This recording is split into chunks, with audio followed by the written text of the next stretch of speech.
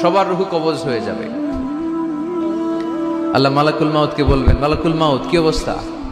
বলবে সব শেষ। মাইয়াব্বা, কে বাকি? মালাকুল মাউত বলবে জিনেরা বাকি, যাদেরকে দেখা যায় না। আল্লাহ বলবেন জিনদেরকেও শেষ করে ফেলো, রুহু কবজ করো।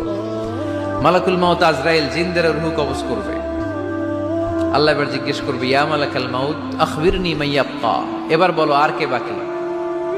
মালাকুল মাউত বলবে, আল্লাহ মানুষগুলো সব শেষ, জিনগুলাও শেষ, এবার বাকি ইবলিশ শয়তান, ইবলিশরেও শেষ করো, ইবলিশও শেষ।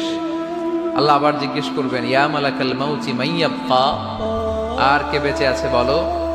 মালাকুল মাউত বলবে, আল্লাহ আপনার কথা অনুযায়ী পৃথিবীর সব মানুষের রুহু কবজ করলাম, সব জিনদের রুহু কবজ করলাম, ইবলিসের রুহু কবজ করলাম।